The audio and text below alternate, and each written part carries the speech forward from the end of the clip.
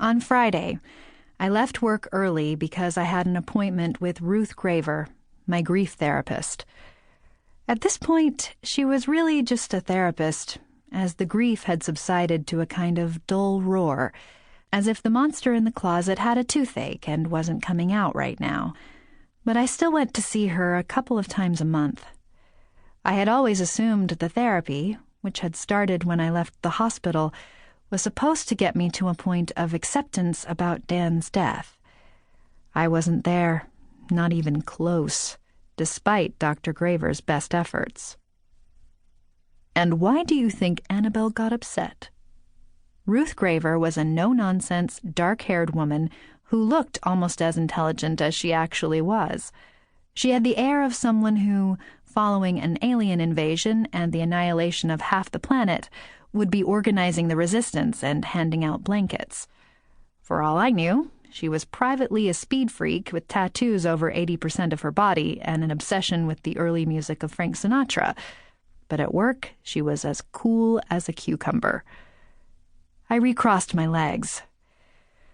For the obvious reason, I guess.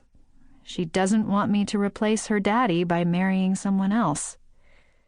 She said you're still married to him. Right. It doesn't make sense to her that death changes one's marital status. It doesn't make much sense to me either, to be fair.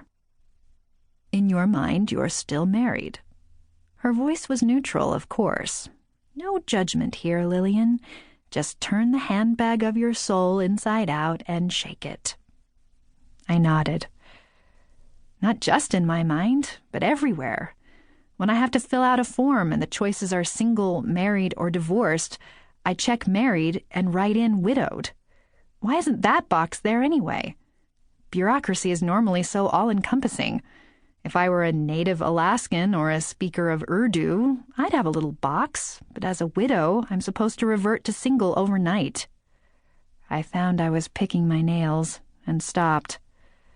Graver's office was decorated in classic mid-century therapist, and as she waited in silence for me to continue my diatribe, I gazed at the familiar things on her shelves. A small pot a child had made by coiling clay, a miniature Eames chair that matched the one she sat in, joke action figures of Einstein and Poe. I knew nothing about her, although I sometimes tried to get her to tell me about herself. She wouldn't, which was annoying. I realized I still hadn't said anything, and smiled. Why are you smiling? Because it gives me something to do with my mouth. I'm tired of hearing myself complain. I started picking my nails again. I'm tired of people asking me questions and looking hopeful when they see me with a man.